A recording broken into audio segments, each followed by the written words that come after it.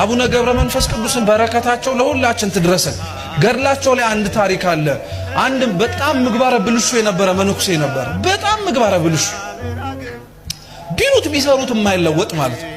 እና ከዕለታት አንድ ቀን የአቡነ ገብረ መንፈስ ቅዱስ ተአምር ሲነበብ ሰማና በልቡ ነው፣ በአፉ ራሱ አላወራው፣ በልቡ እንዴት ያሉ ጻድቅ ናቸው እንደው አንድ ቀን ብዘክራቸው ብሎ አሰበ።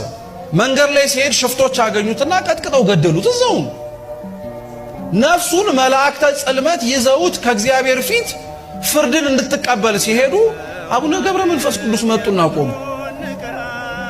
ምን ፈልገህ ነው ጻድቁ የመጣው ብሎ እግዚአብሔር ጠየቃቸው። እቺ ነፍሴ እኔ ናት።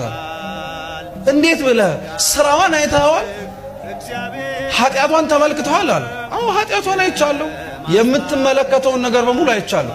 ግን አሉ አቡነ ገብረ መንፈስ ቅዱስ እድሜ ብትሰጠው ኖሮ እኮ በሐሳቡ ዘክርሃለሁ ብሎ አስቦ ይነበራል። ስለዚህ በፍጹም አይሆንም አለ። ይሄ አይደንቃችሁ?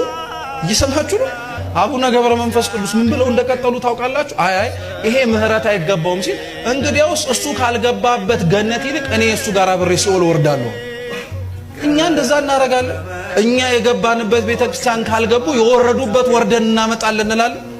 አረ የገቡበት ይግቡ ነው የምንለው።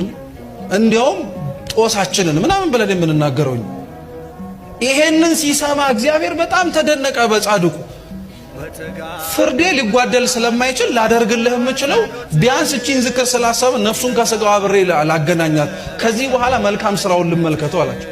ነፍሱን ከስጋው አገናኝተው በጻድቁ ምልጃ ገነት እንዲገባ አድርገውታል። በረከታቸው ለሁላችን ትድረሰን። ቅዱሳን እርስ በርስ ይተሳሰባሉ። እኛ ልጆቻቸው ምን ሆነን ነው ታዲያ እንደተዘራብን እርስ በርስ የማንተሳሰበው?